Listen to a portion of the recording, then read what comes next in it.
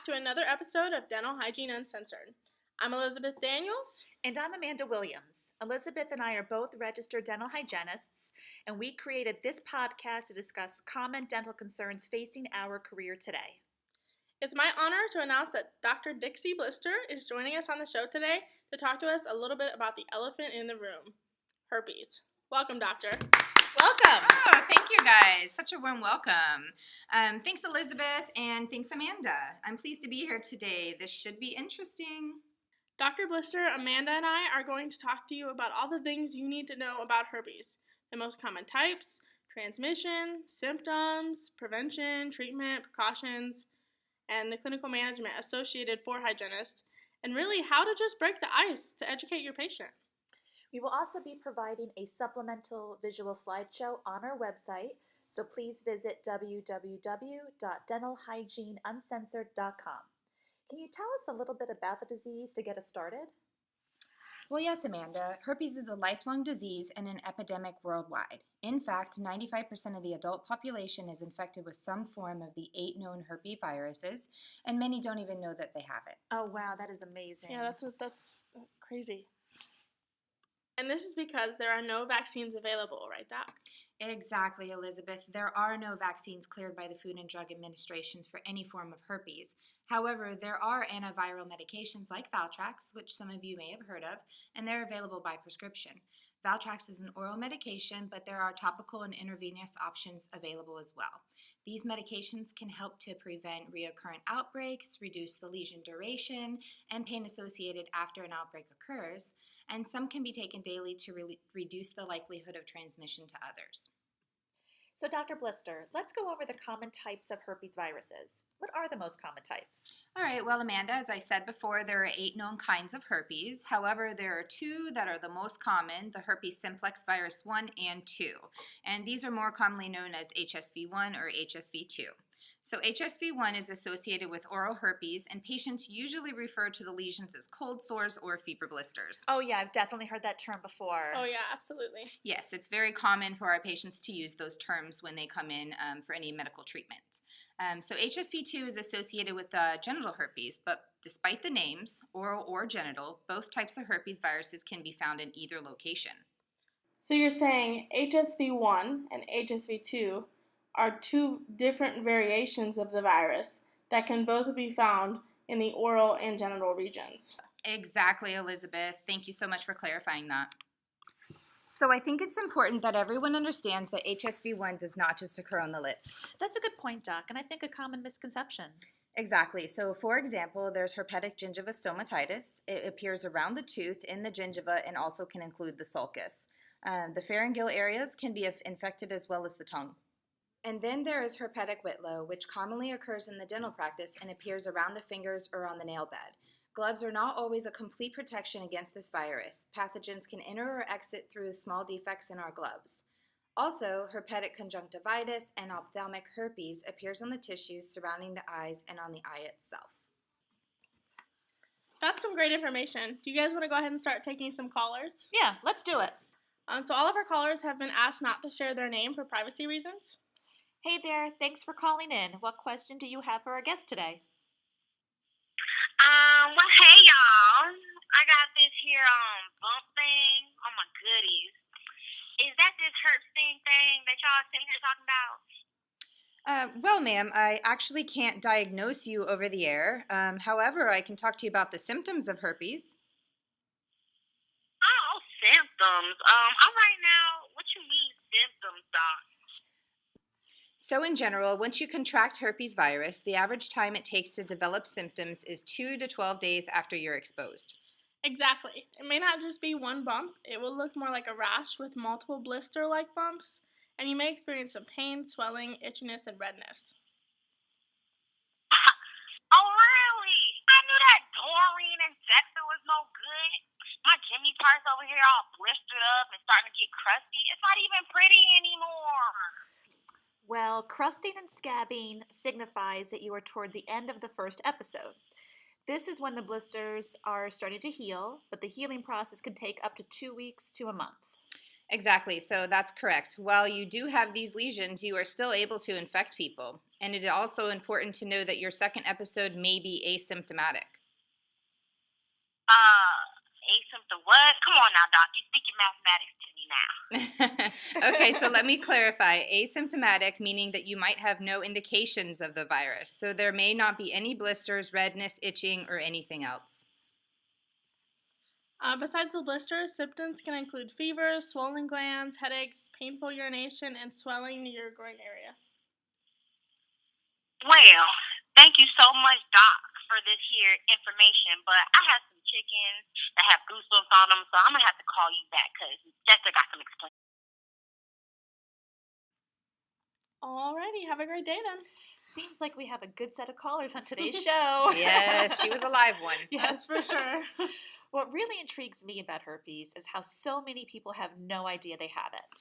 Correct, and many people may not even experience symptoms at all. Sometimes the symptoms are so mild that it's mistaken for other skin conditions like cake or sores, dermatitis, pimples, or maybe even like a rash or a razor burn like jock itch. I can see how those might get confusing. I agree. I could see it too. This is probably one reason why many people don't even know they have it. So we have another young lady calling in here. Hello? Yeah, hello? Can you hear me? Yes, ma'am, barely. What question do you have for us today? So, I'm almost 16, Oh, I remember when I was that age. What's your question? but I'm grown. But, yeah, well, I totally have been dating this guy, and I'm really into him and everything, but I think he got the herpes. Oh, I'm sorry, we can't really hear you. Could you speak up for us? Well, I really can't because my mom is in the other room, and I don't want her to know that I've been being grown. So if he has this bump on his lip, and I just so happen to I don't know, lick it or kiss it. Can I get this bump too? I feel this is a question a lot of people have. Doctor, would you please explain how herpes is transmitted from one person to another? Yes, absolutely. I get this question all the time. So you can catch HSV1 by kissing someone with a cold sore. Herpes is a common viral infection that you might know as a cold sore or fever blister. It can be transmitted by touch or just saliva if there's an outbreak. Now let's talk about a closely related cousin to this virus known as genital herpes, or HSV2. I'm bringing this up because you can contract genital herpes on your lips or in the oral cavity through oral sex. Well, that's great. Now I have to tell all my other boyfriends about this. Bye. So let's talk about when herpes is actually contagious. Yes, Dr. Blister, can you clarify that for us? Why, yes. So herpes is contagious during the vesicular and ulcerated stages, meaning contact with the fluid from the vesicles spreads the viral infection. This communicable period lasts until the lesions are crusted. Is this the only time when the virus is able to be spread? Actually, no. The virus can also spread through viral shedding. Viral shedding? That sounds like the name of a new age band, Doc. Well, while the name is awesome, Amanda, this is actually a phenomenon. So this is when the virus is in body secretions like saliva with the potential for transmission because people are usually asymptomatic at this time. So this is typically when the virus can be spread without people actually knowing it. Exactly, Elizabeth. When it comes to transmission, herpes can be a little dangerous, since once you're infected, you will always have the virus and be at risk for spreading it, and it behaves a little differently during its stages. What are the different stages of HSV1? So after the initial outbreak where blisters are visible, the virus goes dormant, living, but not spreading in the trigeminal ganglion. This is called the latent period, and the virus is not contagious. But when the virus is reactivated and starts multiplying, it could or could not have symptoms, which brings us to the asymptomatic and shedding stage. The first symptoms of HSV1 is itching, burning, or tingling. This is known as the prodrome or recurrent stage. So would you say the outbreak is the most contagious time of HSV1? Yes, Amanda. People should take extra care not to touch the blisters, share eating or drinking utensils, or engage in intimate physical contact like kissing or oral sex. All right, so we have another caller on the line. Go ahead. How can we help you? I am furious right now. I had an appointment for a cleaning that I waited 2 months for. And when I got to the office, they rescheduled me because of a cold sore. It's just a cold sore. I have a lot of anxiety when I go to a dental office, and this did not help, and my benefits expire at the end of the year. I'm so sorry that this happened to you. I totally understand your frustration. Please let me explain why this might have happened. Well, go ahead then. Well, it is important to remember that this is a virus, and the cold sores that you have are highly contagious, and continuing your treatment could have risked the spread of your active cold sores to other areas. The small blisters that you probably had can easily burst and spread the infection to any area inside the mouth, including your tongue, your gums, your lips, and even your eyes.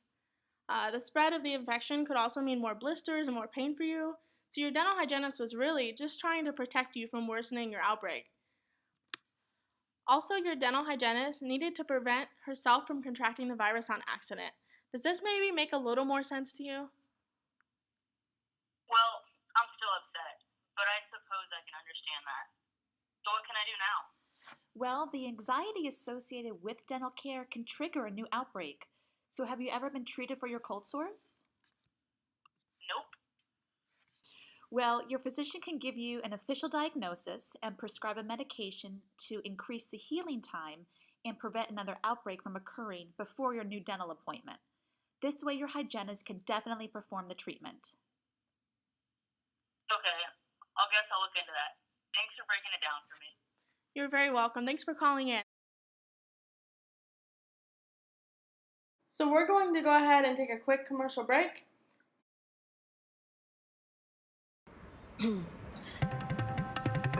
I have genital herpes. And I try to be careful. Very careful. Very careful. Then my doctor told me something surprising. One study found that up to 70% of people who had genital herpes got it from their partner when they had no signs or symptoms of an outbreak. And it doesn't matter how few outbreaks you get. You may still spread herpes at any time. Now I take once daily Valtrex to reduce my risk of passing it on. Valtrex is the only medicine proven to reduce the risk of spreading genital herpes. Always use safer sex practices with daily therapy, which also includes avoiding sexual contact when you get or think you're getting an outbreak. There's no cure for herpes. Even with treatment, it's possible to spread herpes. Valtrex is for adults with healthy immune systems. To avoid a potentially serious complication, tell your doctor if your immune system isn't normal because of bone marrow or kidney transplant or advanced HIV disease. Ask your doctor about once daily Valtrex. Now I'm doing even more to reduce The risk of spreading genital herpes, and I feel good about that. All right, I have another caller on the line. Hi there. Hi, I love your show and listen to it all the time. I'm actually in school to become a dental hygienist. Oh, wow, that's so awesome. Welcome to the Hygiene family, and thank you so much for being a loyal listener. What school do you attend? Valencia College. It's in Orlando, Florida. Shout out to all my fellow classmates at Valencia. Woo! Hey! Yeah, I think it's great that you guys are talking about herpes because we're actually learning about the different diseases and how to manage them clinically. Great. So, what's your question for us? Well, I'm not sure how I would approach a situation like the last caller explained. I mean, how do you tell your patient who thinks they just have a cold sore that you cannot clean their teeth until the lesion heals? That's a great question. As we mentioned earlier, the generic name that many of our patients use is cold sore. Really, when explaining the disease to patients, you can use this terminology, as we did before, to lessen the alarm to your patient. Our role as hygienists is really just to help educate our patients on the contagious nature of this virus. Because of this virus being highly contagious, it is considered an occupational hazard. Doctor, would you like to add anything on this topic? Yes, and thank you. You guys did a great job explaining this, but I would like to add that there are guidelines set by the Centers for Disease Control that state no elective treatment should be rendered during an active outbreak, and this means oral or extraoral lesions. Patients should be informed to call ahead of their appointments and reschedule if they have an outbreak or if they feel like one may be coming on. As a hygienist, I have found that being compassionate and understanding really goes a long way. Better communication between the patient and myself really helps with the problem because they might not even know that they have it or they may be too embarrassed to even talk about it. Does that help? Yeah, that makes so much more sense. Thank you for such great explanation. I hope you guys have a wonderful day. Thanks for calling.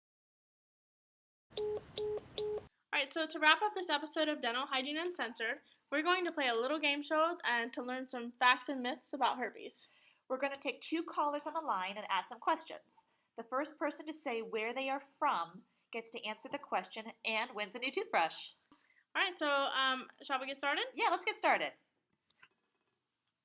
Alrighty, well, we have both callers on the line, one from Ocoee and one from St. Cloud. Are you both there? Yeah. Yes, ma'am. Awesome. Perfect. First question up is this. True or false? Cold sores and canker sores are the same thing. St. Cloud. All right, St. Cloud, go ahead. I believe that it's false. I'm pretty sure that cold sores are caused by the herpes virus, and they usually appear on your lip in a cluster of blisters, and canker sores are something completely different, right? That is correct. So let's go ahead and move on to a couple more questions. Okay. True or false? If someone does not have any symptoms, that means they do not have herpes. St. Cloud. All right, Ocoee, go ahead. It's false. Many people don't know they have it because the symptoms can be mild. They can be mistaken for razor bumps, rashes, and pimples and stuff, right? That's it. Great job. All right. That's what I'm talking about. All right. All right, so we have one last question for everybody to break the tie. True or false? Can stress trigger an outbreak of herpes? St. Cloud. All right, you got it. St. Cloud. Yeah, like I said, I believe it's true, and that's because physical and emotional stress can trigger an outbreak of genital herpes in some people. Like, stress can compromise your immune system, right? Great job. That's correct. Getting adequate rest, exercising regularly, and eating are all great ways to reduce the stress and strengthen your immune system. Awesome job, ladies. Yeah. All right. Woo, thank you. All right, so St. Cloud took it. Way to go. You're going to be winning a new toothbrush. Woo, woo, I need one of those. All right. All right, so just hold for me, and we'll get that all taken care of for you. Thank you. Alrighty, guys, so that's our show today. Great job, everybody. Really well done. And I would like to thank again our guest for coming in to speak with us, Dr. Dixie Blister. Always a pleasure to have you. Oh, thank you so much, guys. Can't wait till next time. All right, stay tuned for next week's episode of Dental Hygiene Uncensored. We'll be talking a little bit about HIV. See you next time. Bye. Bye.